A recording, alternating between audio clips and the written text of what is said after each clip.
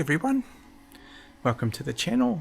I'm now into collecting replica firearms, and you're probably wondering why. Well, I've had to hand all my guns, real guns, into the West Australian Police because it left me no alternative with the new laws and regulations that I could keep them. And what they required was crazy, upgrading your safe, going for medicals, doing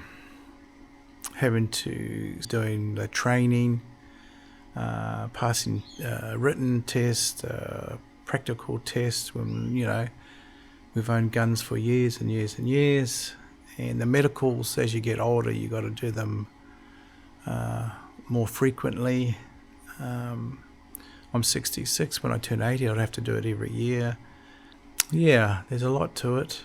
And also, the requirements to keep your guns is you have to have a genuine reason for having them. Self-defense is not a genuine reason. So you have to actually be able to go to a farmer and his property, have permission from him to hunt, which we have done in the past for years. But unfortunately, the farmer we go to, used to go to, doesn't want to register his property, doesn't want to give police access to it by registering it and making a portal, adding us to the portal. We used to go there and shoot all his feral animals and pests that he wanted eradicated. He had sheep. So the foxes are real bad for those, and also for his wheat he grew. Pigs and things going in and trampling it all down and wrecking it for him. So yeah, rabbits also. So that's gone and on the by. No use crying over spilt milk, it's done. So I had to hand in all my guns. I had 8. And new regulations said that we were only allowed 5, so I got rid of 3.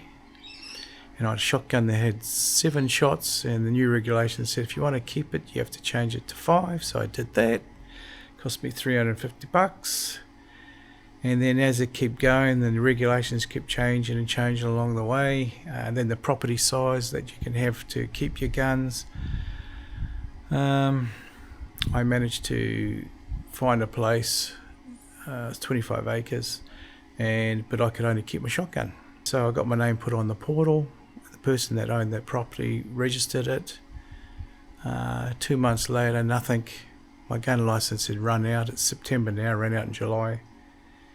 So I didn't want them knocking at my door, coming to get my guns, so I handed them in. I did get some compensation. Look, what the guns were worth compared to the compensation, you'd be lucky to cover half of what your costs were. And also, I've got scopes here worth $2,000, a day-night scope, and all the other scopes and bits and pieces, extra magazines, bipods for the front, all the expensive equipment you buy to go hunting. They don't compensate you for that. You're left with those. So basically, yeah, we're ripped off. I feel ripped off. Not particularly happy about what the government has done to us and the West Australian Police. It's really turned into a police state. And they just put out a new one just recently about the size and the land which they find acceptable or not acceptable for the gun that you have. I heard that they put 8 new regulations out for gun clubs, cracking down on them, making it hard.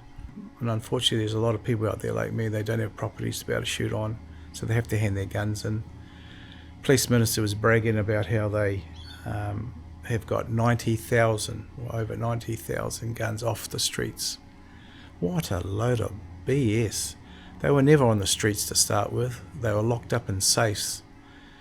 All these guns are handed in from law-abiding citizens like myself, who were no threat and are no threat to the public or society. And we've handed them in because we've had no choice, basically. and they were locked away safely. They always have been locked away safely. And we've kept them in safes that were approved by the government when they made the regulation for those safes. We're happy with the safes. And all of a sudden now the safes aren't good enough. And the one I've got is a really good safe. Cost me a lot of money. The front is like Fort Knox to get into, but the sides are like 6mm, which is standard, which they set. They want it to be 10mm now.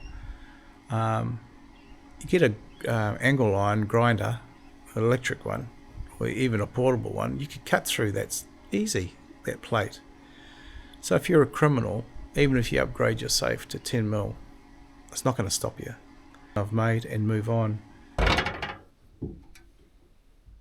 See how solid it is. You know.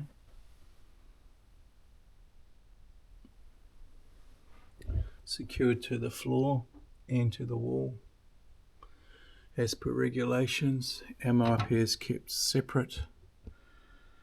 The wall here, that's basically 6mm, and they want that down to be 10mm.